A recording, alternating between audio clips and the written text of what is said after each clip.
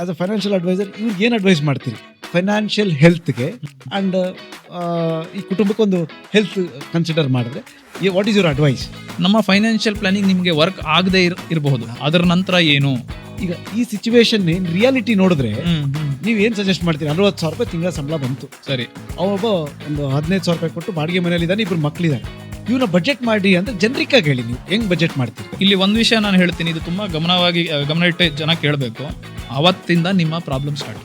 Coming back to that point sir, but ನಾನು ಹೇಳೋದು savings is for short term, investment is for long term. ಆಸೆ ಬಿಟ್ಬಿಡಿ, ಎಲ್ಲರಿಗೂ ಮನೆ ಬೇಕು, ನಿಮ್ಮ ಇರೋ ಪರಿಸ್ಥಿತಿನೂ ಇನ್ನೂ ಹದಗೆಡುತ್ತೆ. ಸೊ ಹಾಗಾಗಿ ಆ ಧೈರ್ಯ ಮಾಡಕ್ ಹೋಗ್ಬೇಡಿ. ಹೆಚ್ಚಿಗೆ ಮಾಡ್ತೀವಿ, ಅದು ಮಾಡಬಾರ್ದು. ಅದು ಮಾಡಬಾರ್ದು ಅಂತ ಹೇಳಿದ್ರೆ ನಾವು ವಿಲನ್ ಆಗ್ತೀವಿ. ಪ್ಲಾನಿಂಗ್ ಅಂದ್ರೆ ಎಲ್ಲ ಚೆನ್ನಾಗಿ ನಡೆಯುತ್ತೆ ಅನ್ನೋದು ಪ್ಲಾನಿಂಗ್ ಅಲ್ಲ ಸರ್. ಈಗ ಒಂದು ಎಕ್ಸಾಂಪಲ್ ಆಗಿ ಮಾತಾಡಿದ್ರೆ, one family husband wife, husband is earning around 50,000-60,000 per month, wife is a home maker ಅಂತ ಕರೆಯೋಣ ಸರ್. ಸರಿ, ಒಂದು ರೆಂಟೆಡ್ ಹೌಸಲ್ಲಿ ಇದ್ದಾರೆ, ಸರಿ, ಇಬ್ಬರು ಮಕ್ಕಳು. ಇವರು ಆಸ್ ಅ ಫೈನಾನ್ಷಿಯಲ್ ಅಡ್ವೈಸರ್ ಇವ್ರಿಗೆ ಏನು ಅಡ್ವೈಸ್ ಮಾಡ್ತೀರಿ ಫೈನಾನ್ಷಿಯಲ್ ಹೆಲ್ತ್ಗೆ ಆ್ಯಂಡ್ ಈ ಕುಟುಂಬಕ್ಕೊಂದು ಹೆಲ್ತ್ ಕನ್ಸಿಡರ್ ಮಾಡಿದ್ರೆ ವಾಟ್ ಈಸ್ ಯುವರ್ ಅಡ್ವೈಸ್? ನೋಡಿ, ಈಗ ನಾವು ಇಷ್ಟೊತ್ತು ಹೆಲ್ತ್ ಟರ್ಮ್ ಇನ್ಶೂರೆನ್ಸ್ ಬಗ್ಗೆ ಮಾತಾಡಿದ್ವಿ. ಹಾಂ ಸರ್, ಇದನ್ನ ನಾವು ಆಗ್ಲೇ ಅವರಿಗೆ ಸಲಹೆ ನೀಡಿದ್ದೀವಿ ಅಂತ ಅನ್ಕೊಳ್ಳಿ, ಆಯ್ತಾ? ಹೆಲ್ತ್ ಇನ್ಶೂರೆನ್ಸ್ ಮಾಡಿಸಿ ಟರ್ಮ್, ಯಾಕಂದ್ರೆ ನೀವೇನ್ ಹೇಳಿದ್ರಿ, ಒಬ್ಬರು ಕುಟುಂಬದಲ್ಲಿ ಗಂಡ ಹೆಂಡತಿ ಇಬ್ರು ಮಕ್ಕಳು. ಈಗ ನಾವು ಇದಕ್ಕೆ ಕೆಲವು ಅಸಂಪ್ಷನ್ಸ್ ಅಂತ ಏನ್ ಹೇಳ್ತೀವಿ, ಯಾಕಂದ್ರೆ ಫೈನಾನ್ಷಿಯಲ್ ಪ್ಲಾನಿಂಗ್ ಯಾವುದೇ ಕುಟುಂಬಕ್ಕೆ it is all based on assumptions. Assumption ಅಂದ್ರೆ ಏನು? ಅವ್ರು ನಮ್ಗೆ ಗೊತ್ತಿರೋ ಮಾಹಿತಿಯಲ್ಲಿ, ತಿಳಿದಿರೋ ಮಾಹಿತಿಯಲ್ಲೇನೆ ನಾವು ಅವ್ರಿಗೆ ಪ್ಲಾನಿಂಗ್ ಮಾಡ್ಬೇಕು. ಇದು ಹೇಗೆ ಅಂದ್ರೆ, ನೀವು ಒಬ್ರು ಡಾಕ್ಟರ್ ಹತ್ರ ಹೋದಾಗ ನಿಮ್ ಸಿಂಪ್ಟಮ್ಸ್ ಏನ್ ಹೇಳ್ತೀರಾ ಅನ್ನೋದ್ರ ಮೇಲೆನೆ ಅವರು ಹೌದು ಡಯಾಗ್ನೋಸಿಸ್ ಮಾಡೋದಾಗ್ಲಿ, ಟ್ರೀಟ್ಮೆಂಟ್ ಕೊಡೋದಾಗ್ಲಿ, ಹೇಗೋ ನೀವು ನಮ್ಮ ಹತ್ರ ಬಂದಾಗ್ಲೂ ಕೂಡ ನೀವು ನಮ್ಗೆ ಎಷ್ಟು ಮಾಹಿತಿ ಕೊಡ್ತೀರಾ ಅನ್ನೋದ್ರ ಮೇಲೆ ನಾವು ಫೈನಾನ್ಷಿಯಲ್ ಪ್ಲಾನಿಂಗ್ ತಯಾರು ಮಾಡೋಕೆ ಮತ್ತು ಅದು ಅಷ್ಟು ನಿಮ್ಗೆ ಸೂಕ್ತ ಆಗಿರುತ್ತದೆ. ನೀವು ಅರ್ಧ ಅಂದ್ರೆ ನೀವು ಪೂರ್ತಿಯಾಗಿ ಮಾಹಿತಿ ಕೊಟ್ಟಿಲ್ಲ ಅಂದ್ರೆ ನಮ್ಮ ಫೈನಾನ್ಷಿಯಲ್ ಪ್ಲಾನಿಂಗ್ ನಿಮ್ಗೆ ವರ್ಕ್ ಆಗದೆ ಇರಬಹುದು. ಅಷ್ಟೇ ಅಲ್ಲ, ಅದು ನಿಮ್ಗೆ ಮಾರಕನೂ ಆಗಿರ್ಬಹುದು. ಈಗ ಹೇಗೆ ಒಬ್ಬ ಡಾಕ್ಟರ್ ಹತ್ರ ಹೋದಾಗ ನೀವು ಸಿಂಪ್ಟಮ್ಸ್ ನ ಕರೆಕ್ಟ್ ಆಗಿ ಹೇಳದೆ ಹೋದ್ರೆ ಅವ್ರು ಕೊಡೋ ಮೆಡಿಸಿನ್ ಅದು ಬೇರೆ ರೀತಿಯಾದ ಮಾಡಲ್ಲ, ಸಕ್ರಿಯ ಕೆಲಸ ಮಾಡದೇನೆ ಅದು ಇನ್ನೊಂದು ರೀತಿಯಾದ ಸೈಡ್ ಎಫೆಕ್ಟ್ಸ್ ಕೂಡ ನಿಮ್ಗೆ ಹೇಗೆ ಒಂದು ಸಾಧ್ಯತೆ ಇದೆಯೋ, ಇಲ್ಲೂ ಕೂಡ ನೀವು ಅಷ್ಟೇ ಎಚ್ಚರಿಕೆ ವಹಿಸಬೇಕು. ಯಾರ ಹತ್ರ ಆದ್ರೂ ಹೋದಾಗ, ಹೌದು, ನೀವು ಯಾರ ಹತ್ರ ಎಲ್ಲ ಹೇಳ್ಕೊಳ್ತೀರಿ, ಯಾರು ನಿಮ್ಗೆ ಒಬ್ರು ಟ್ರಸ್ಟ್ ವರ್ತಿ ಪರ್ಸನ್ ಅಂದ್ರೆ ಯಾರು ನಂಬಿಕೆಸ್ತರು ಇರ್ತಾರ ಅವ್ರ ಹತ್ರ ಮಾತ್ರ ನೀವೆಲ್ಲ ಹೇಳ್ಕೊಳಕ್ ಇಷ್ಟಪಡ್ತೀರಾ. ಆದ್ರೂ ಕೂಡ ಈಗ ನೀವು ಕೊಟ್ಟಿರೋ ಮಾಹಿತಿಯಲ್ಲೇನೆ ನಾನು ಒಂದು ಪ್ಲಾನ್ ಹೇಳಲಿಕ್ಕೆ ಪ್ರಯತ್ನ, ರಫ್ ಪ್ಲಾನ್. ಸೊ ಈಗ ಒಂದು ಕುಟುಂಬ ಇದೆ, ಗಂಡ ಹೆಂಡತಿ ಇಬ್ರು ಮಕ್ಕಳು ಅಂದ್ರೆ ಫಸ್ಟ್ ಅವರು ಸೆಕ್ಯೂರ್ ಮಾಡ್ಕೋಬೇಕಾಗಿರೋದು ಫೈನಾನ್ಷಿಯಲ್ ಸೆಕ್ಯೂರಿಟಿ, ಅಂದ್ರೆ ಆರ್ಥಿಕ ಭದ್ರತೆ ಅಂತ ಏನ್ ಹೇಳ್ತೀವಿ. ಸೆಕ್ಯೂರಿಟಿ ಜೊತೆಗೆ ಸ್ಟೆಬಿಲಿಟಿ ಅಂದ್ರೆ ಆರ್ಥಿಕ ಸ್ಥಿರತೆ. ಸೊ ಈ ಭದ್ರತೆ ಸ್ಥಿರತೆ ಎರಡನ್ನೂ ಫಸ್ಟ್ ಕಾಪಾಡ್ಕೋಬೇಕು ನಾವು. ಅದು ಕಾಪಾಡ್ಕೊಳ್ಳೋಕೆ ಇರೋದು ಹೆಲ್ತ್ ಇನ್ಶೂರೆನ್ಸ್ ಮತ್ತೆ ಟರ್ಮ್ ಇನ್ಶೂರೆನ್ಸ್. ಇದಲ್ದೇನೆ ಬರೀ ಇವು ಘಟನೆಗಳೇ ನಡೆಯಲ್ವಲ್ಲ, ಬೇರೆ ಬೇರೆ ರೀತಿಯಾದ ನಮ್ಮ ಜೀವನದಲ್ಲಿ ಆಗು ಹೋಗುಗಳು ನಡೀತಾ ಇರುತ್ತೆ. ಈಗ ನೀವು ಹೇಳೋದಂಗೆ ಹುಡುಗರು ಸ್ಕೂಲ್ ಆಗಲಿ ಇಲ್ಲ ಸ್ಕೂಲ್ ಚೇಂಜ್ ಮಾಡೋದಾಗ್ಲಿ, ಅವರು ಕೆಲಸ ಮಾಡ್ತಾ ಇದ್ದಾರೆ ಅಂದರೆ ಅವರು ಹಸ್ಬೆಂಡ್ ಆಗಿರ್ಬೋದು ಇಲ್ಲ ಫ್ಯಾಮಿಲಿ ಹೆಡ್ ಆಗಿರ್ಬೋದು, ಅವ್ರ ಕೆಲಸ ಚೇಂಜ್ ಮಾಡೋದಾಗ್ಲಿ, ಇನ್ನೊಂದು ಊರಿಗೆ ಹೋಗಿರೋದಾಗ್ಲಿ, ಸಾಕಷ್ಟು ಈ ಥರ ಒಂದು ಜೀವನದಲ್ಲಿ ಆಗು ಹೋಗುಗಳು ನಡೀತಾ ಇರುತ್ತೆ. ಬಟ್ ಇದು ಸಾಮಾನ್ಯವಾಗಿ ಒಂದು ಊರಲ್ಲಿ ಇದ್ದಾರೆ ಅಂತ ಹೇಳ್ತು ಅಂದರೆ, ಮತ್ತೆ ಅವರು ಸ್ವಂತ ಮನೆ ಇಲ್ಲ ಅಂತ ಹೇಳಿದಿರಿ, ಒಂದು ಬಾಡಿಗೆ ಮನೆಯಲ್ಲಿದ್ದಾರೆ, ಅವ್ರಿಗೆ ಎರಡು ರೀತಿ ನೋಡೋ ಅವರು ಒಂದು ಪ್ರಾಕ್ಟೀಸ್ ಮಾಡ್ಕೋಬೋದು. ಏನು ಅಂದರೆ, ಇವತ್ತು ನನಗೆ ಬರೋ ಸಂಬಳದಲ್ಲಿ ಮುಂದಿನ ತಿಂಗಳುಗಳಲ್ಲಿ, ಮುಂದಿನ ವಾರಗಳಲ್ಲಿ, ತಿಂಗಳುಗಳಲ್ಲಿ ಮತ್ತು ವರ್ಷಗಳಲ್ಲಿ, ಅಂದರೆ ಏನು, ಇವತ್ತಿಂದ ಹಿಡ್ಕೊಂಡು ನೆಕ್ಸ್ಟ್ 1, 2, 3 ಇಯರ್ಸ್, ಈ 2-3 ವರ್ಷದಲ್ಲಿ ನನಗೆ ಆಗುವಂಥದ್ದು ಅಂದರೆ ಯಾವ ಖರ್ಚುಗಳು ಇವೆ, ಇವತ್ತಿಂದ ಹಿಡ್ಕೊಂಡು 3 ವರ್ಷದವರೆಗೂ ಏನೇನು ಖರ್ಚುಗಳಿವೆ ಅಂತ ಒಂದು ಬಜೆಟ್ ಮಾಡ್ಕೊಳ್ಳೋದು. ಬಜೆಟ್ ಅಂದ್ರೆ ಏನು? ಆಯ್ತು, ಇವತ್ತು ಹುಡುಗರು ಸ್ಕೂಲ್ಗೆ ಹೋಗ್ತಾ ಇದ್ದಾರೆ, ಆಯ್ತಾ, ಅವರು ಸ್ಕೂಲ್ಗೆ ಪ್ರತಿ ವರ್ಷ ಸ್ಕೂಲಿನ ಫೀಸ್ ಹೆಚ್ಚಿಗೆ ಆಗ್ತಾ ಇರುತ್ತೆ.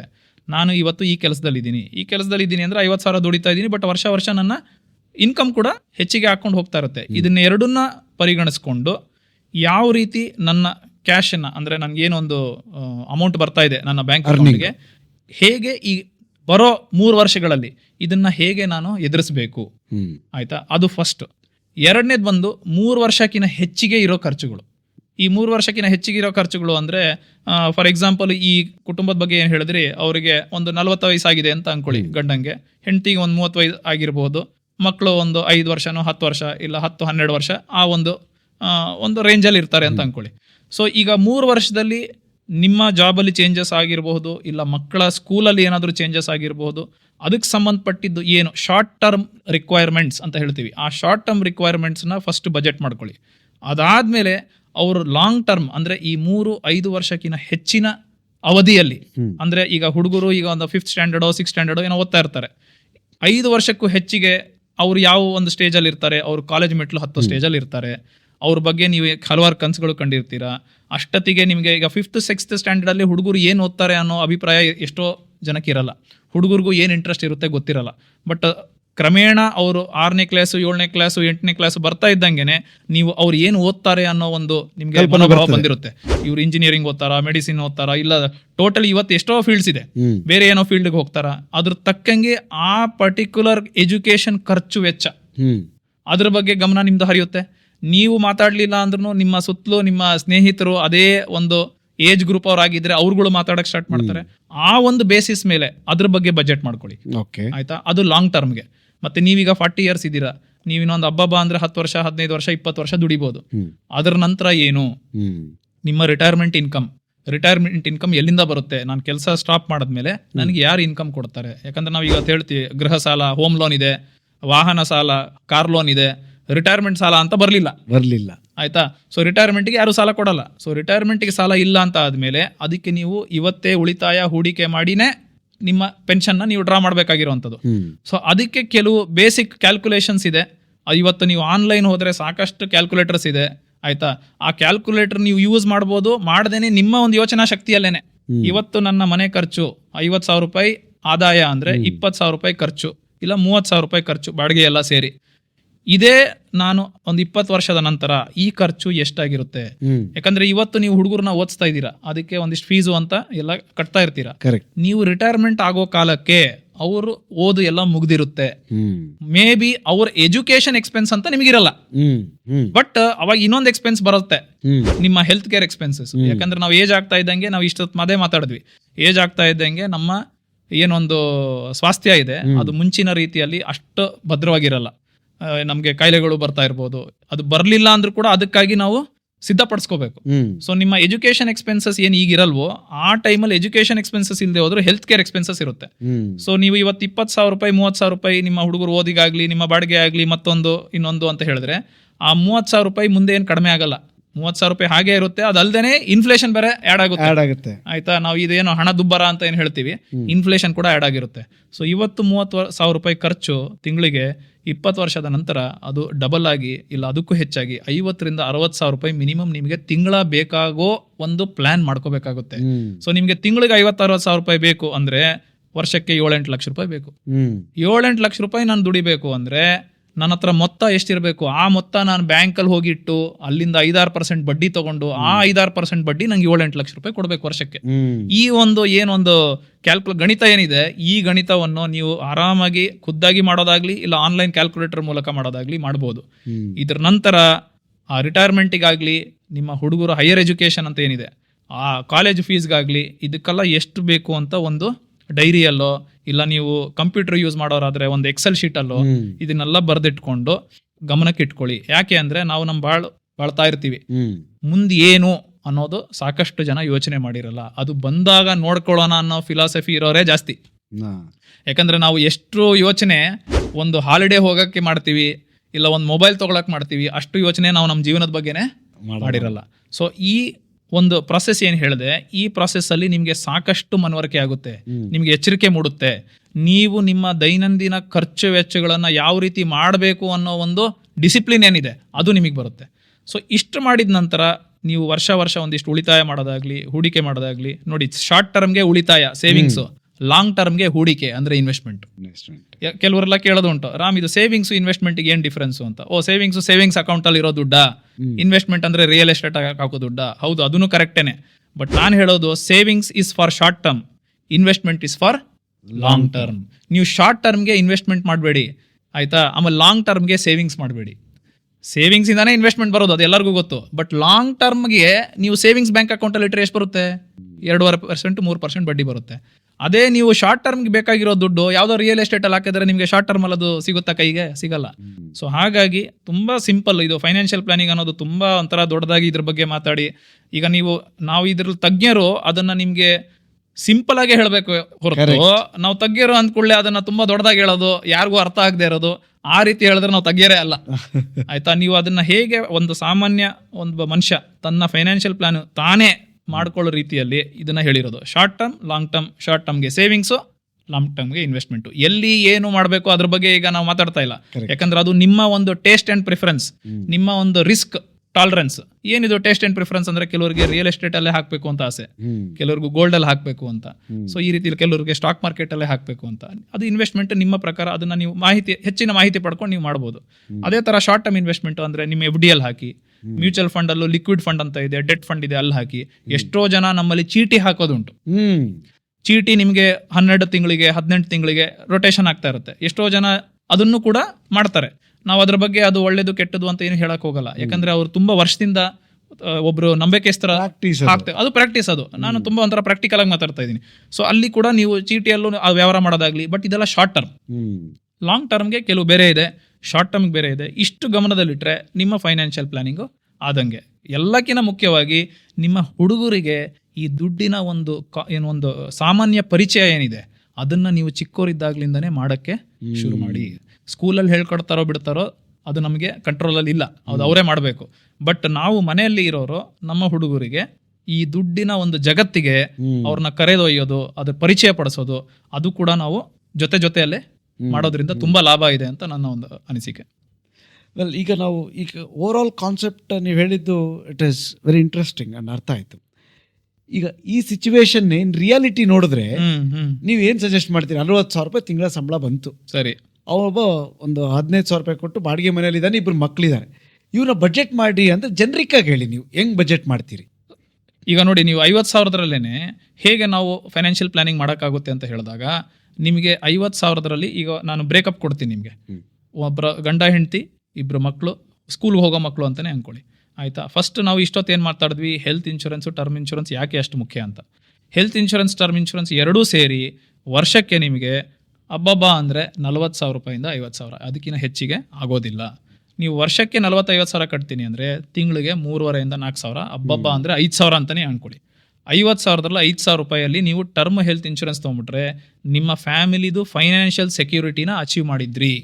ಅಲ್ಲಿಗೆ ನಿಮ್ಮ ಏನು ನಾಳೆ ಹಾಸ್ಪಿಟಲೈಸೇಷನ್ ಆದರೆ ಏನು ಮಾಡಬೇಕು, ಹೆಚ್ಚು ಕಡಿಮೆ ಆದರೆ ಏನು ಮಾಡಬೇಕು, ಆ ಯೋಚನೆ ನಿಮ್ಮ ತಲೆಯಿಂದ ಹೋಯಿತು. 5,000 ರೂಪಾಯಿಗೆ ತಿಂಗಳಿಗೆ ಅಂದರೆ ನಿಮ್ಮ ದುಡಿಮೆಯಲ್ಲಿ 10%, 50,000 5,000 ರೂಪೀಸ್ ಇದು ನಂದಲ್ಲ ಅಂತ ಎತ್ತಿಟ್ಬಿಟ್ರೆ ಅಲ್ಲಿ ನಿಮ್ಮ ಎಷ್ಟೋ ಟೆನ್ಷನ್ ಕಡಿಮೆ ಆಯಿತು. ಬಾಕಿ 45,000 ರೂಪಾಯಿ. ಆ 45,000 ರೂಪಾಯಿ 10,000-15,000 ರೂಪಾಯಿ ನೀವು ನಿಮ್ಮ ಬಾಡಿಗೆ ಕಟ್ತಾ ಇರ್ತೀರ. ಇನ್ನೊಂದು 15,000 ರೂಪಾಯಿ ಹೋಯಿತು, ಕೊನೆಗೆ 20,000 ರೂಪಾಯಿ ಹೋಯಿತು, 30,000 ರೂಪಾಯಿ ಉಳಿತು. ಈ 30,000 ರೂಪಾಯಲ್ಲಿ ನಾನು ಶಾರ್ಟ್ ಟರ್ಮ್, ಲಾಂಗ್ ಟರ್ಮ್ ಅಂತ ಹೇಳಿದ್ನಲ್ಲ, ಶಾರ್ಟ್ ಟರ್ಮ್ ರಿಕ್ವೈರ್ಮೆಂಟ್ ಏನಿದೆ ಅಂತ ನೋಡ್ಕೊಳ್ಳಿ. ಅದಕ್ಕೆ ಬೇಕಾಗಿರೋ RD ಆಗಿರ್ಬೋದು, ಇಲ್ಲ ಮ್ಯೂಚುವಲ್ ಫಂಡಲ್ಲಿ ಡೆಟ್ ಫಂಡ್ಸ್ ಅಂತ ಇದೆ, ಅದ್ರಲ್ಲಿ ಹಾಕಿರ್ಬೋದು. RD, FD, ಸೇವಿಂಗ್ಸ್ ಅಕೌಂಟಲ್ಲೇ ಒಂದಿಷ್ಟು ಹಣ ಇರ್ಬೋದು, ಯಾಕಂದ್ರೆ ಎಮರ್ಜೆನ್ಸಿಗೆ ಸೇವಿಂಗ್ಸ್ ಅಕೌಂಟಲ್ಲೂ ಕೂಡ ಕೆಲವು ಹಣ ಬೇಕು. ಸೊ ಒಂದು 5,000 ರೂಪಾಯಿ ಅದಕ್ಕೆ ಇಟ್ಕೊಳ್ಳಿ. ಆಯ್ತಾ? ಅಲ್ಲಿಗೆ ಎಷ್ಟಾಯ್ತು? 5,000 ರೂಪಾಯಿ ಇನ್ಶೂರೆನ್ಸ್ಗಳಿಗಾಯ್ತು, 10-15,000 ರೂಪಾಯಿ ಬಾಡಿಗೆ ಅಂದರೆ 20,000 ರೂಪಾಯಿ ಅಲ್ಲಿ ಹೋಯ್ತು. ಇನ್ನೊಂದು 30,000ರಲ್ಲಿ 5,000 ರೂಪಾಯಿ ಬಂದ್ಬಿಟ್ಟು ನಿಮ್ಮ ಎಮರ್ಜೆನ್ಸಿಗೆ ಅಂದರೆ ಇವತ್ತು ನಾಳೆ ಅನ್ನೋ ಖರ್ಚಿಗೆ ತಿಂಗಳ 5,000 ರೂಪಾಯಿ ಅದಕ್ಕೆ ಇಟ್ಕೊಳ್ಳಿ. ಅಲ್ಲಿ ನಿಮಗೆ 25-30,000 ರೂಪಾಯಿ ಅಷ್ಟು ಹೋಯ್ತು. ರೇಷನ್ ಒಂದು 7-8,000 ರೂಪಾಯಿ ಅದಕ್ಕೆ. ಸೊ ಅಲ್ಲಿಗೆ 35,000-40,000 ರೂಪಾಯಿವರೆಗೂ ಇದರಲ್ಲೇ ನಿಮ್ಮ ಒಂದು ಸಾಮಾನ್ಯವಾದ ಬದುಕನ್ನ ಬದುಕ್ಬೋದು. ಇನ್ನು ನಿಮಗೆ 10,000 ರೂಪಾಯಿ ಉಳಿದಿದೆ, ನೀವು ಏನು ಸಾಲ ಮಾಡಿಲ್ಲ ಅಂದರೆ, ಅದಕ್ಕೆ ನಾನು ಮೊದಲೇ ಹೇಳಿದ್ದು ಹಾಸಿಗೆ ಇದ್ದಷ್ಟು ಕಾಲು ಚಾಚು ಅಂತ ಯಾಕೆ ಹೇಳಿದ್ದು ಅಂದರೆ, ನಾವು ಬಹುತೇಕ ಆರ್ಥಿಕ ಸಮಸ್ಯೆಗಳಲ್ಲಿ ಸಿಲ್ಕೋದೇನೆ ನಮ್ಮ ಲೈಫ್ ಸ್ಟೈಲಿಂದ, ಅದರಿಂದ ಬರೋ ಒಂದು ಏನು ಈ ಲೋನ್ಸ್ ಅಂತ ಏನಿದೆ ಆ ಲೋನ್ಸ್ ತಗೊಳ್ಳೋದ್ರಿಂದ. ಯಾಕಂದರೆ ನೀವು ಲೋನ್ಗಳು ಯಾವಾಗ ಒಂದು ಪ್ರೀ ಮೆಚ್ಯೂರ್ ಅಂತ ಹೇಳ್ತೀವಿ, ಅಂದರೆ ಅದಕ್ಕೆ ಅವಶ್ಯಕತೆ ಮುಂಚಿತವಾಗಿಯೇ ನೀವು ಯಾವಾಗ ಲೋನ್ಗಳು ಮಾಡ್ಕೊತೀರೋ ಅವತ್ತಿಂದ ನಿಮ್ಮ ಪ್ರಾಬ್ಲಮ್ ಸ್ಟಾರ್ಟ್. ಸೊ ನೀವು ಹೇಳೋ ಕಾನ್ಸೆಪ್ಟಲ್ಲಿ ಈ ಬಜೆಟ್ ಈ ಥರ ಅಲೋಕೇಟ್ ಮಾಡಾದ್ಮೇಲೆ ಲೋನ್ ಬೇಕಾದಾಗ, ಅಂದ್ರೆ ಇದೆಲ್ಲ ಅಲೋಕೇಟ್ ಆದಮೇಲೆ ಉಳಿದಿರೋ ಬಡ್ಜೆಟ್ ಮೇಲೆ ಲೋನ್ ಮಾಡಬೇಕಾ? ಹೌದು, ಕರೆಕ್ಟ್. ಇಲ್ಲ, ಉಳಿದಿರೋ ಬಡ್ಜೆಟ್ನು ಸಬ್ಜೆಕ್ಟ್ ರಿಕ್ವೈರ್ಮೆಂಟ್, ಆ ಲೋನ್ ಎಷ್ಟು ಇಂಪಾರ್ಟೆಂಟ್ ಅನ್ನೋದು ಇಂಪಾರ್ಟೆಂಟ್ ಆಗ್ತದೆ. ಇಲ್ಲಿ ಒಂದು ವಿಷಯ ನಾನು ಹೇಳ್ತೀನಿ, ಇದು ತುಂಬಾ ಗಮನ ಇಟ್ಟು ಜನ ಕೇಳಬೇಕು. ಎಲ್ಲರಿಗೂ ಮನೆ ಬೇಕು, ಆಯ್ತಾ? ಸೊ 50,000 ದುಡಿಯೋರಾಗ್ಲಿ ತಿಂಗಳಿಗೆ 5 ಲಕ್ಷ ದುಡಿಯೋರಾಗಲಿ, ಎಲ್ಲರಿಗೂ ಮನೆ ಅಂತ ಒಂದು ಬೇಕು, ಒಂದು ತಲೆ ಮೇಲೆ ಒಂದು ಸೂರು ಬೇಕು. ಈಗ ಒಂದು 2-3 ವರ್ಷ ನಾನು ದುಡಿತಾ ಇದ್ದೀನಿ ಅಂದ ಕೂಡಲೇ ಫಸ್ಟ್ ನಮಗೆ ಯೋಚನೆ ಬರೋದು, ಯಾಕೆ ಒಂದು ಸಾಲ. ಈಗ ನಿಮ್ಮ ಬ್ಯಾಂಕ್ ಅವರೇ ಬರ್ತಾರೆ, ನೀವು ಯಾವ ಅಕೌಂಟಲ್ಲಿ, ಬ್ಯಾಂಕ್ ಅಕೌಂಟಲ್ಲಿ ಸ್ಯಾಲ್ರಿ ನಿಮಗೆ ಕ್ರೆಡಿಟ್ ಆಗ್ತಾ ಇರುತ್ತೆ, ಇಲ್ಲ ನಿಮ್ಮ ವ್ಯವಹಾರ ಯಾವ ಬ್ಯಾಂಕಲ್ಲಿ ಮಾಡ್ತಾ ಇರ್ತೀರಿ ಆ ಬ್ಯಾಂಕ್ ಅವರೇ ಬರ್ತಾರೆ, ನೀವು ಯಾಕೆ ಹೋಮ್ ಲೋನ್ ತೊಗೋಬಾರ್ದು ಅಂತ ಹೇಳ್ತಾರೆ ನಿಮಗೆ. ನಿಮಗೂ ಅದೇ ಅನಿಸುತ್ತೆ, ಹೌದು ಬಾಡಿಗೆ ಮನೆ ಎಷ್ಟಂತ ಕಟ್ಟೋದು 15,000 ರೂಪಾಯಿ, ಅದ್ರ ಬದಲೇ ಇನ್ನೊಂದು 10,000 ರೂಪಾಯಿ ಕಟ್ಟಿ ನಾನು ಒಂದು ಸ್ವಂತ ಮನೆ ತೊಗೋಬೋದಲ್ಲ ಅಂತ. ಬಟ್ ಇವತ್ತು ನೀವು ಇರೋ ಊರಲ್ಲಿ ನಿಮಗೆ ಬೇಕಾಗಿರೋ ಒಂದು ಲೊಕ್ಯಾಲಿಟಿಯಲ್ಲಿ ಬಜೆಟ್ ಎಷ್ಟಿದೆ ಅಂತ ನೋಡ್ಕೊಳ್ಳಿ. ಅಂದರೆ ಮನೆ ಬಜೆಟು, ಆ ಮನೆ ಬಜೆಟ್ಗೂ ಆ EMIಗೂ ಆ ಡೌನ್ ಪೇಮೆಂಟ್ಗೂ ನನಗೆ ಇವತ್ತು ಅದು ನೀಗುತ್ತಾ? ಇದು ತುಂಬಾ ದೊಡ್ಡ ಪ್ರಶ್ನೆ. ನೀವು ಮತ್ತೆ ನಿಮ್ಮ ಕುಟುಂಬದವ್ರು, ನೀವು ಒಬ್ಬರೇ ಅಲ್ಲ, ನಿಮ್ಮ ಕುಟುಂಬದವ್ರನ್ನ ಸೇರಿಸ್ಕೊಂಡು ನೀವು ಈ ಒಂದು ಡಿಸ್ಕಷನ್ ಅಂತ ಏನಿದೆ ಇದು ಮಾಡಬೇಕು. ಇದು ಫ್ಯಾಮಿಲಿ ಫೈನಾನ್ಷಿಯಲ್ ಡಿಸ್ಕಷನ್ ಇದು. ಯಾಕಂದ್ರೆ ಏನಾಗುತ್ತೆ, ಬಹುತೇಕ ನಮ್ಮ ಒಂದು ಇಂಡಿಯನ್ ಹೌಸ್ ಹೋಲ್ಡ್ ಅಲ್ಲಿ ಎಲ್ಲ ಏನು ಪುರುಷ ಏನಿದ್ದಾನೆ ಅವನೇ ಎಲ್ಲ ಡೆಸಿಷನ್ ತಗೊಳ್ಳೋದು, ಹೆಂಡತಿಗೂ ಏನು ಒಂದು ಸಲಹೆ ತಗೊಳ್ಳೋದೇನೆ. ಬಟ್ ನಮಗೇನು ಗೊತ್ತಿರೋದು, ಹೆಂಗಸರು ದುಡ್ಡಿನ ಒಂದು ನಿರ್ವಹಣೆಯಲ್ಲಿ ಅವರು ಎತ್ತಿದ ಕೈ. ಅವರಿಗೆ ನೀವು ತಿಳಿಸಿ, ಈ ತರ ನಾನು ದುಡಿತಾ ಇದ್ದೀನಿ, ಈ ತರ ನನ್ನ ಖರ್ಚಿದೆ, ಇದು ಮನೆ ಖರ್ಚು ನಿನಗೆ ಗೊತ್ತಿದೆ ಅಲ್ಲ ಅಂತ ಅವ್ರಿಗೆ ತಿಳಿಸಿ ಹೇಳಿದ್ರೆ ಅವ್ರು ನಿಮಗೆ ಯಾವುದಕ್ಕೂ ಒತ್ತಾಯ ಮಾಡಲ್ಲ. Coming back to that point sir, yes, ಈಗ ನಾವು ಅಲ್ಲಿಗೆ ಅಲೋಕೇಟ್ ಮಾಡಿದ್ವಿ. ಸೊ ಫಸ್ಟ್ ಅಲ್ಲಿ ಹೆಲ್ತ್ ಕವರ್ ಆಯ್ತು, ಟರ್ಮ್ ಕವರ್ ಆಯ್ತು. ಸೊ ಒಂಥರ ಸೆಕ್ಯೂರ್ಡ್ ಫೀಲಿಂಗ್ ಬಂತು. ಒಂದು 5-6 ಸಾವಿರ ರೂಪಾಯಿ ತಿಂಗಳಲ್ಲಿ ಕಟ್ಟೋದ್ರಿಂದ ಅಲ್ಲಿ ಬಂತು. ಬಾಡಿಗೆ ಒಂದು 10,000 ಕಟ್ಟಿದ್ವಿ, ಒಂದು 10,000 ರೇಷನ್ಗೆ ಹೋಯ್ತು, 25,000 ಆಯ್ತು. ಇನ್ನ ಒಂದು 5,000 ರೂಪಾಯಿ ನೀವು ಹೇಳಿದ್ರೆ ಕಂಟಿಂಜೆನ್ಸಿ ಫಂಡ್, ಎಮರ್ಜೆನ್ಸಿ ಫಂಡ್. ಅದು ನಂಗೆ ಅದನ್ನ ಎಲ್ಲಿ ಇಡಬೇಕು ಅಂದ್ರೆ ಸೇವಿಂಗ್ಸ್ ಅಕೌಂಟ್ ಅಲ್ಲಿ ಇಟ್ಕೊಳ್ಳಿ ಅಂತೀರಾ? ಅದನ್ನ ಸೇವಿಂಗ್ಸ್ ಅಕೌಂಟ್ ಅಲ್ಲಿ ಆದ್ರೂ ಇಡಬಹುದು, RD ಕಟ್ತಾ ಇರಬಹುದು ನೀವು, ಆಯ್ತಾ, ರಿಕರಿಂಗ್ ಡೆಪಾಸಿಟ್ ಇರುತ್ತೆ. ಇಲ್ಲ ಯಾವ್ದಾದ್ರು ಮ್ಯೂಚುವಲ್ ಫಂಡ್ ಅಲ್ಲಿ ಎಲ್ಲಾ ತರ ಫಂಡ್ಸ್ ಇದೆ, ಅಲ್ಲಿ ನೀವು ಈಕ್ವಿಟಿ ಫಂಡ್ ಅಲ್ಲಿ ಹಾಕಬಾರ್ದು, ಅದನ್ನ ಡೆಟ್ ಫಂಡ್ ಅಲ್ಲಿ ಹಾಕಿ. ಒಟ್ಟಲ್ಲಿ ಯಾವುದು ನನಗೆ ತಕ್ಷಣಕ್ಕೆ ಕೈಗೆ ಸಿಗುತ್ತೋ, ಇಮಿಡಿಯೇಟ್ ಲಿಕ್ವಿಡಿಟಿ.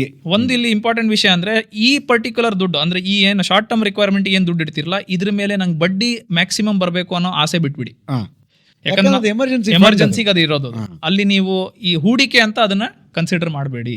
ಯಾಕಂದ್ರೆ ಬಹುತೇಕ ಜನ ತಪ್ಪು ಮಾಡೋದು ಅದೇನೆ, ನನಗೆ ಕೊರತೆ ಇದೆ ದುಡ್ಡುದು, ಸೊ ನನ್ನ ಹತ್ರ ಈ ದುಡ್ಡಲ್ಲಿ ಕಡಿಮೆ ಅವಧಿಯಲ್ಲಿ ಎಷ್ಟು ಹೆಚ್ಚಿಗೆ ರಿಟರ್ನ್ಸ್ ಬರುತ್ತೆ ಅನ್ನೋದೇ ಗಮನ ನಮಗೆ. ಯಾಕೆ ಗಮನ ಅಂದ್ರೆ, ನಾವು ದುಡಿತಾ ಇರೋದು ಕಡಿಮೆ, ಸೊ ನಮಗೆ ಯಾವುದಾದ್ರೂ ಹೂಡಿಕೆಯಿಂದ ಹೆಚ್ಚಿಗೆ ಲಾಭ ಬರ್ಬೋದಾ ಅಂತಾನೆ ನಮ್ಮ ಯೋಚನೆ ಇರುತ್ತೆ. ಬಟ್ ಕಡಿಮೆ ಅವಧಿಯಲ್ಲಿ ಹೆಚ್ಚಿಗೆ ರಿಟರ್ನ್ಸ್ ಬರುವಂತ ಪ್ರಾಡಕ್ಟ್ಸ್ ಬಹುತೇಕ ರಿಸ್ಕಿ ಆಗಿರುತ್ತೆ. ಇದನ್ನ ನಾವು ತಿಳ್ಕೊಬೇಕು. ನೀವು ಹೇಳ್ಬೋದು, ನಾನು ರಿಸ್ಕ್ ತಗೊಳ್ತೀನಿ ಯಾಕಂದ್ರೆ ನಂಗೆ ಬೇಕಾಗಿದೆ ದುಡ್ಡು ಅಂತ. ಬಟ್ ರಿಸ್ಕಿ ಅಂದ್ರೆ ಏನೋ, ಹೀಗೂ ಹೋಗ್ಬೋದು ಹಾಗೂ ಹೋಗ್ಬೋದು ಅಂತ ನಾವು ತಿಳ್ಕೊಂಡ್ವಿ. ಅದು ನೆಗೆಟಿವ್ ಹೋದಾಗ ನಿಮ್ಮ ಇರೋ ಪರಿಸ್ಥಿತಿನೂ ಇನ್ನೂ ಹದಗೆಡುತ್ತೆ. ಸೊ ಹಾಗಾಗಿ ಆ ಧೈರ್ಯ ಮಾಡಕ್ ಹೋಗ್ಬೇಡಿ, ಈ ಮಂಡ ಧೈರ್ಯ ಮಾಡಬೇಡಿ. ಯಾಕಂದ್ರೆ ಮಾಡ್ತಾರೆ ಜನ, ಅದು ನಾವು ಎಷ್ಟು ಹೇಳಿದ್ರು ಮಾಡ್ತಾರೆ. ಬಟ್ ಅದನ್ನ ಆದಷ್ಟು ಆ ದಿಶೆಯಲ್ಲಿ ಹೋಗ್ಬೇಡಿ. ನಿಮ್ಮ short term requirement savings account, RD account, ಇಲ್ಲ FD ಮಾಡ್ತೀರಾ, FD ಮಾಡಿ ಆ 5,000 ರೂಪಾಯಿ ಮತ್ತೆ 20,000 ರೂಪಾಯಿ FD ಮಾಡಬೇಡಿ. 20,000 ಉಳಿತು, ಎಲ್ಲ 20,000 FD ಮಾಡಕ್ ಹೋಗ್ಬೇಡಿ. ಅಷ್ಟೇ 5,000 ಸಾಕು. ಯಾಕೆ, ಇವತ್ತು ನಾಳೆಗೆ, ಆಯ್ತಾ, ಇಷ್ಟು. ಮಿಕ್ಕಿದೇನು 10-15-20,000 ರೂಪಾಯಿ ಇದೆ, ಅದನ್ನ ಲಾಂಗ್ ಟರ್ಮ್ಗೆ ನೀವು ಕಿಂಚಿತ್ತಾಗಿ ಸ್ವಲ್ಪ ಕೊಂಚನೇ ಸ್ಟಾರ್ಟ್ ಮಾಡಿ.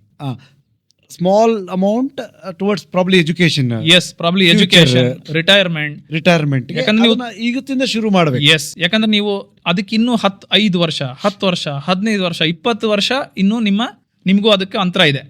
ಸೊ ಆ ಟೈಮಲ್ಲಿ ನೀವು ಬೇಗ ಶುರು ಮಾಡಿರೋದ್ರಿಂದ ಕಂಪೌಂಡಿಂಗ್ ಅಂತ ಏನ್ ಹೇಳ್ತೀವಿ, ಆ ಕಂಪೌಂಡಿಂಗ್ ನಿಮ್ಗೆ ಹೆಲ್ಪ್ ಮಾಡುತ್ತೆ.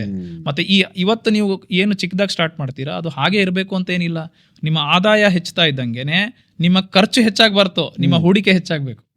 ಇದು ಇನ್ನೊಂದು ನೋಡಿ, ಈಗ ಪರ್ಸನಲ್ ಫೈನಾನ್ಸ್ ಅಂತ ಹೇಳಿದಾಗ ಪರ್ಸನಲ್ 80%, ಫೈನಾನ್ಸ್ 20% ಅಂತ ನಾನು ಯಾವಾಗ್ಲೂ ಹೇಳೋದುಂಟು. ಅಂದ್ರೆ ಏನು, ನಿಮ್ಮ ಒಂದು ಇದೇನಿದೆ, ಯೋಚನಾ ಶಕ್ತಿ ಇಲ್ಲ, ಆಟಿಟ್ಯೂಡ್ ಇಲ್ಲ, ಬಿಹೇವಿಯರ್ ಏನಿದೆ towards money, that has to change. ನಿಮ್ಮ ಇನ್ಕಮ್ ಚೇಂಜ್ ಆಗುತ್ತೋ ಬಿಡುತ್ತೋ, ಆಯ್ತಾ, ನಿಮ್ಮ ಆಟಿಟ್ಯೂಡು, ನಿಮ್ಮ ಬಿಲೀಫ್ಸ್, ನಿಮ್ಮ habits about money should be very very strong. ಅಂದ್ರೆ ನಾವು ಇನ್ಕಮ್ ಜಾಸ್ತಿ ಆಗ್ತಾ ಇದ್ದಂಗೆ ನಮ್ಮ ಲೈಫ್ ಸ್ಟೈಲ್ ಕೂಡ ಹೆಚ್ಚಿಗೆ ಮಾಡ್ತೀವಿ. ಅದು ಮಾಡಬಾರ್ದು ಅಂತ ಹೇಳಿದ್ರೆ ನಾವು ವಿಲನ್ ಆಗ್ತೀವಿ. ಯಾಕೆ, ನಾವು ಹೆಚ್ಚಿಗೆ ದುಡಿತಾ ಇದೀವಲ್ಲ, ನಾವು ಆರಾಮಾಗಿರ್ಬೋದಲ್ಲ, ನಮ್ಮ ಫ್ಯಾಮಿಲಿಗೆ ಚೆನ್ನಾಗಿಡ್ಬೋದಲ್ವಾ. ಹೌದು, ಚೆನ್ನಾಗಿಡ್ತೀರಾ. ಬಟ್ ನಾವು ಅದ್ರದ್ದು ಇನ್ನೊಂದು ಆಸ್ಪೆಕ್ಟ್ ಏನಿದೆ ಅದು ಕೂಡ ಗಮನ ಕೊಡಬೇಕಾಗುತ್ತೆ. ಇವತ್ತು ಇನ್ಕಮ್ ಏರ್ತು, ನಿಮ್ಮ ಲೈಫ್ ಸ್ಟೈಲ್ ಏರ್ತು. ನಾಳೆ ಇನ್ಕಮ್ ಇಳಿದಾಗ ನಿಮಗೆ ಲೈಫ್ ಸ್ಟೈಲ್ನ ಇಳಿಸೋದು ತುಂಬಾ ಕಷ್ಟ ಆಗುತ್ತೆ, ತುಂಬಾ ನೋವು ತರುತ್ತೆ ಅದು, ಆಯ್ತಾ. ಇವತ್ತು ಒಂದು ಸ್ಕೂಲಲ್ಲಿ ಸೇರಿಸಿರ್ತೀರಾ, ನಾಳೆ ಏನೋ ಹೆಚ್ಚಿಗೆ ದುಡ್ಡು ಬಂತು ಅಂತ ಹೇಳಿ ಒಳ್ಳೆ ಇನ್ನೂ ದೊಡ್ಡ ಸ್ಕೂಲಲ್ಲಿ ಸೇರಿಸ್ತೀರಾ. ಬಟ್ ಏನೋ ದುರಾದೃಷ್ಟವಶಾತ್ ನೀವು ಜಾಬ್ ಕಳ್ಕೊಂಡ್ರಿ, ಇಲ್ಲ ಇನ್ನೊಂದು ಜಾಬ್ ಸಿಕ್ತು ಬಟ್ ಕಡಿಮೆಗೆ ಸಿಕ್ತು, ಅವಾಗ ಹುಡುಗರಿಗೆ ಮತ್ತೆ ಒಂದು ಸ್ಕೂಲಿಂದ ಇನ್ನೊಂದು ಕಡಿಮೆ ಇರೋ ಸ್ಕೂಲಿಗೆ ಸೇರಿದಾಗ ಹುಡುಗರಿಗೆ ಏನ್ ಅನ್ಸುತ್ತೆ, ನಿಮಗೆ ಆ ಮನೋಭಾವ ಹೆಂಗಿರುತ್ತೆ. ಸೊ ಇದನ್ನೆಲ್ಲ ಯೋಚನೆ ಮಾಡಿ. ಈಗ ನಾವು ಪಾಸಿಟಿವ್ ಆಗಿ ಯೋಚನೆ ಮಾಡಬೇಕಾದದ್ದು ನಿಜ, ಬಟ್ ನೀವು as a head of family you have to think otherwise also. ಅದೇ ಪ್ಲಾನಿಂಗ್ ಅಂದ್ರೆ ಎಲ್ಲ ಚೆನ್ನಾಗಿ ನಡೆಯುತ್ತೆ ಅನ್ನೋದು ಪ್ಲಾನಿಂಗ್ ಅಲ್ಲ. ಹೀಗೂ ಆಗ್ಬೋದು ಹಾಗೂ ಆಗ್ಬೋದು, ಎರಡಕ್ಕೂ ನಾನು ತಯಾರಾಗಿರ್ಬೇಕು, ಸಿದ್ಧ ಆಗಿರ್ಬೇಕು ಅನ್ನೋದೇ ಪ್ಲಾನಿಂಗ್. ಸೊ ಹಾಗಾಗಿ ಏನಿದೆ ಚಿಕ್ಕದಾಗಿ ಸ್ಟಾರ್ಟ್ ಮಾಡಿ, ಅದು ನಿಮ್ಮ ಆದಾಯ ಹೆಚ್ಚಿಗೆ ಆಗ್ತಾ ಇದ್ದಂಗೆ ಅದನ್ನು ಕೂಡ ನಿಮ್ಮ ಹೂಡಿಕೆಯನ್ನು ಕೂಡ ಹೆಚ್ಚಿಗೆ ಮಾಡ್ಬೋದು. ಇಷ್ಟು ನೀವು 50,000 ರೂಪಾಯಲ್ಲಿ ಇಷ್ಟು ಬಜೆಟ್ ಮಾಡಿದ್ರೆ ನನಗೆ ಗೊತ್ತಿರೋ ಹಾಗೆ ನೀವು ನಿಮ್ಮ ಜೀವನವನ್ನು ಆರಾಮಾಗಿಲ್ಲದೆ ಹೋದ್ರೂ ಕೂಡ ಅಟ್ಲೀಸ್ಟ್ ಯಾವುದೇ ಒಂದು ಅಡಚಣೆ ಇಲ್ಲದೆ ನೀವು ನಿಮ್ಮ ಜೀವನ ಸಾಗಿಸ್ಬೋದು. ಮೇಯ್ನ್ ಏನಂದ್ರೆ ನಿಮ್ಮ ಸಾಲಗಳದ್ದು ಏನಾದರೂ ಒಂದು ಬಾಧೆ ಇದ್ರೆ ಅದನ್ನ ಮಾತ್ರ ನೀವು ದಯವಿಟ್ಟು ಹತೋಟಿಯಲ್ಲಿ ಇಟ್ಕೋಬೇಕು. ಯಾಕಂದ್ರೆ ಒಂದು ಮನೆ ಸಾಲ ಮಿತಿ ಮೀರಿ ಮಾಡಿದಾಗ ಅವ್ರು ಎಷ್ಟೇ ದುಡಿದ್ರು ಕೂಡ ಅದು ಅವ್ರಿಗೆ ನೀಗೋಲ್ಲ. ಯಾಕಂದ್ರೆ ಸಾಲಾಗಿ ಏನ್ ಬಡ್ಡಿ ಏನಿದೆ ಅದು ಬಡ್ಡಿ ನಿಲ್ಲಲ್ಲ, ಅದು ಹಗಲು ಬಡ್ಡಿನೇ ರಾತ್ರಿ ಬಡ್ಡಿನೇ ಅದು, ಆಯ್ತಾ. ಯಾಕಂದ್ರೆ ನೀವು ಏನೋ ಕೆಲಸ ಮಾಡೋದು ನಿಲ್ಸ್ತು ಅಂದ್ರೂ ಕೂಡ ಅಲ್ಲಿ ಬ್ಯಾಂಕ್ ಆಗ್ಲಿ ಇಲ್ಲ ನಿಮ್ಗೆ ಯಾರು ಸಾಲ ಕೊಟ್ಟಿದ್ದಾರೆ ಅವ್ರು ಅದನ್ನ ಮಾಫ್ ಮಾಡಲ್ಲ, ಅವ್ರು ಅದು ಕೇಳ್ತಾರೆ. ಸೊ ಹಾಗಾಗಿ ನಿಮ್ಮ ಸಾಲ ತಗೊಳ್ಳೋ ಏನು ಒಂದು ಪ್ರವೃತ್ತಿ ಇದೆ ಅದ್ರ ಮೇಲೆ ತುಂಬಾ ನಿಗಾ ಇರಲಿ. ನೋಡಿ, ಈಗ 50,000 ರೂಪಾಯಲ್ಲಿ ಹೇಗೆ ಫೈನಾನ್ಷಿಯಲ್ ಪ್ಲಾನಿಂಗ್ ಮಾಡೋದು ಅಂತ ಕೇಳಿದ್ರಿ. ಈ 50,000 ರೂಪಾಯಲ್ಲಿ ನಾವು ಈವರೆಗೂ ಮಾತಾಡಿದ್ದು ಟರ್ಮ್ ಹೆಲ್ತ್ ಇನ್ಶೂರೆನ್ಸ್ ನ ತುಂಬಾ ಮುಖ್ಯ ಅಂತ ಹೇಳಿದ್ವಿ. 50,000 ರೂಪಾಯಲ್ಲಿ ನಿಮಗೆ ಟರ್ಮ್ ಹೆಲ್ತ್ ಇನ್ಶೂರೆನ್ಸ್ ವರ್ಷಕ್ಕೆ ಪ್ರೀಮಿಯಂ ಸಾಕಾಗುತ್ತೆ. ಸೊ ಆ 50,000 ನೀವು ತಿಂಗಳಿಗೆ ನೋಡಿದಾಗ 5,000 ರೂಪಾಯಿ ಸಾಕು. ಆ 5,000 ರೂಪಾಯಿನ ನೀವು ಟರ್ಮ್ ಹೆಲ್ತ್ ಇನ್ಶೂರೆನ್ಸ್ಗೆ ಸೈಡಿಗೆ ತಿಟ್ಕೊಂಡ್ಬಿಟ್ರೆ ನಿಮಗೆ ಒಂದು ಕಾನ್ಫಿಡೆನ್ಸ್, ಒಂದು ನೆಮ್ಮದಿ. ನಂದು ಹೆಲ್ತ್ ಏನೇ ಪ್ರಾಬ್ಲಮ್ ಆದ್ರೂ ಒಂದಿದೆ, ಟರ್ಮ್ಗೂ ನಂಗೇನು ತೊಂದರೆ ಇಲ್ಲ. ನೆಕ್ಸ್ಟ್ ಬರೋದು ನಿಮಗೆ ಹುಡುಗರು ಇದ್ದಾರೆ ಅಂತ ಹೇಳ್ತಂದ್ರೆ ಅವ್ರ ಎಜುಕೇಷನ್ಗೆ ಒಂದು 5,000 to 10,000 ರೂಪೀಸ್ ಮಂತ್ಲಿ ತೆಗೆದಿಟ್ಕೊಳ್ಳಿ. ನೆಕ್ಸ್ಟ್ ಬಾಡಿಗೆಗೂ ಕೂಡ ಒಂದು 10,000 to 15,000 ಅನ್ಕೊಳ್ಳಿ. ಇದೆಲ್ಲ ಈಗ ಸೇರಿಸಿ ಕೊನೆಗೆ ಒಂದು 25,000 to 30,000 ರೂಪಾಯಿ ಆಯಿತು.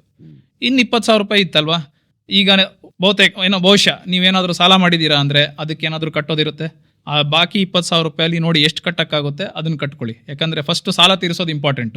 ನೀವು ಹೂಡಿಕೆ ಮಾಡೋ ಮುಂಚೆ ಇನ್ಶೂರೆನ್ಸ್ ಏನೋ ಇಂಪಾರ್ಟೆಂಟ್ ಅಂದ್ವಿ, ಇನ್ವೆಸ್ಟ್ಮೆಂಟ್ ಇಂಪಾರ್ಟೆಂಟ್ ಅಂದ್ವಿ, ಬಟ್ ಮಧ್ಯದಲ್ಲಿ ಸಾಲಗಳು ಇವತ್ತು ಸಾಮಾನ್ಯ ಎಲ್ಲ ಮನೆಗಳಲ್ಲಿ. ಇಲ್ಲ ಹ್ಯಾಂಡ್ ಲೋನ್ ಅಂತ ಆಗಿರ್ಬೋದು, housing loan, car loan, 2 wheeler loan, ಎಲ್ಲ ಅದು ಲೋನ್ ಅನ್ನೋದು ಸಾಮಾನ್ಯ. ಸೊ ಲೋನ್ ಏನಾದರೂ EMI ಇತ್ತಂದ್ರೆ ಅದನ್ನ ಪ್ರಾಂಪ್ಟ್ ಕಟ್ಕೊಂಡು ಹೋಗಿ, ಆಯ್ತಾ. ಆಮೇಲೆ ಏನಾದರೂ ಮಿಕ್ಕಿದ್ರೆ ಅದನ್ನ ನೀವು 2 ರೀತಿ ಸೇವ್ ಮಾಡ್ಬೋದು. ಒಂದು ಶಾರ್ಟ್ ಟರ್ಮ್ಗೆ ಕಂಟಿಂಜೆನ್ಸಿ ಫಂಡ್, ಅಂದ್ರೆ ನನಗೆ ತಕ್ಷಣಕ್ಕೆ ಏನಾದರೂ ಬೇಕು ಅನ್ನೋದಾಯ್ತು ಅಂದ್ರೆ ಅದನ್ನ RD ಇಲ್ಲ FD ಅಲ್ಲಿ ಇಟ್ಕೊಳ್ಳಿ. ಇನ್ನು ನನ್ನ ಒಂದು ಲಾಂಗ್ ಟರ್ಮ್ಗೆ ಬೇಕು. ಲಾಂಗ್ ಟರ್ಮ್ ಅಂದ್ರೆ ಹುಡುಗರು ಓದಾಗ್ಲಿ, ರಿಟೈರ್ಮೆಂಟ್ಗಾಗ್ಲಿ. ಈಗ ರಿಟೈರ್ಮೆಂಟ್ ಆದ್ಮೇಲೆ ನಾವು ನಮ್ಮ ಮಕ್ಕಳ ಮೇಲೆ ಡಿಪೆಂಡ್ ಮಾಡೋದು ಎಷ್ಟು ಸರಿ ಅಲ್ವಾ. ಸೊ ಹಾಗಾಗಿ ಇವತ್ತಿಂದಾನೇ ರಿಟೈರ್ಮೆಂಟ್ಗೂ ಕೂಡ ಇವತ್ತಿಂದ ಎಷ್ಟಾಗುತ್ತೋ ಎಷ್ಟು ಮಿಕ್ಕಿರುತ್ತಲ್ಲ ಅಷ್ಟು ಹಣದಲ್ಲೇನೆ ರಿಟೈರ್ಮೆಂಟ್ಗೆ ನಿಮ್ಮ ಹುಡುಗರು ಹೈಯರ್ ಎಜುಕೇಷನ್ಗೆ ಈಗ ಬೇಕಾಗಿರೋ ಎಜುಕೇಷನ್ಗೆ ಇವತ್ತು ಕಟ್ತಾ ಇದ್ದೀರಾ, ಹೈಯರ್ ಎಜುಕೇಷನ್ಗೆ ಇವೆರಡಕ್ಕೂ ಕೂಡ ಎಷ್ಟಾಗುತ್ತೋ ಅಷ್ಟು ಮಟ್ಟಿಗೆ ಈ 50,000 ನೀವು ಮಾಡ್ಕೊಳ್ಳೋ ಒಂದು ಸಾಧ್ಯತೆ ಇದೆ. Well, thank you Ram. It was quite interesting and ತುಂಬ ಇನ್ಫಾರ್ಮೇಷನ್ ಇದೆ. ಐ ಥಿಂಕ್ ನಾವು ಇನ್ನೊಂದು ಸರಿ ನಿಮ್ಮ ಹತ್ರ ಮಾತಾಡಬೇಕು. I take few questions from my side. ಅಂದರೆ ನಮ್ಮ ವ್ಯೂವರ್ಸ್ ಕಡೆಯಿಂದ ಕೆಲವು ಕ್ವಶನ್ಸ್ಗಳ ತಗೊಂಡು will discuss this again. Definitely. ನೀವು ಬ್ಯಾಂಗ್ಳೂರಿಂದ ಬಳ್ಳಾರಿಗೆ ಬಂದು ಈ ಒಂದು ಎಪಿಸೋಡ್ಗೆ ನೀವು ಹೂ ಕೊಟ್ಟು ಬಂದಿದ್ದೀರಾ, ತುಂಬ ಖುಷಿ ಆಗ್ತದೆ. Thank you. ನಮ್ಮ ಟೀಮ್ ಪರವಾಗಿಂದ ಎಲ್ಲರಿಂದ we thank you for this insightful thoughts. Thank you Raghavendra, ನನಗೂ ಇಲ್ಲಿವರೆಗೂ ಕರೆದು ಈ ಒಂದು ಅವಕಾಶ ಕೊಟ್ಟಿರೋದಕ್ಕೆ. ಯಾಕಂದರೆ ಇದು ಜನಸಾಗರಕ್ಕೆ ತಲುಪಬೇಕಾಗಿರುವಂಥ ವಿಷಯ. ಸೊ ಅದನ್ನು ತಲುಪಿಸೋ ಒಳ್ಳೆ ಕೆಲಸ ನೀವು ಮಾಡ್ತಾ ಇದ್ದೀರಾ. ನಿಮ್ಮ ಇಲ್ಲಿ ಏನು ಒಂದು ವರ್ಗದವರು ಇದ್ದಾರೆ, ನಿಮ್ಮ ಬಂಧು ಮಿತ್ರರು ಎಲ್ಲ ಇದ್ದಾರೆ, ಅವ್ರಿಗೂ ತುಂಬ ಹಾರೈಸ್ತೀನಿ ನಾನು. ಇದೇ ರೀತಿ RP ಪಾಡ್ಕಾಸ್ಟ್ ಎತ್ತರದಿಂದ ಎತ್ತರ ಮುಟ್ಲಿ ಅನ್ನೋ ಒಂದು ಬೆಸ್ಟ್ ವಿಶಸ್ ಇಂದ. Thank you.